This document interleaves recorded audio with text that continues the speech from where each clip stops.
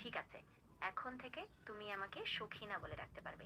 Sakhina chat জিপিটির তো বন্ধুরা দেখেন স্বর্ণা আর হৈমন্তী সখিনা নাম দিয়ে দিল। হ্যাঁ,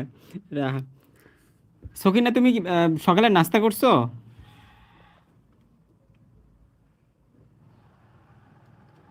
হ্যাঁ, আমি সকালে হালকা একটা নাস্তা করেছিলাম। ধন্যবাদ জানতে চাওয়ার জন্য। কেন তুমি নাস্তা করছো কেন? এই রমজান মাস চলতেছে না? তুমি তো রোজা রাখোনি।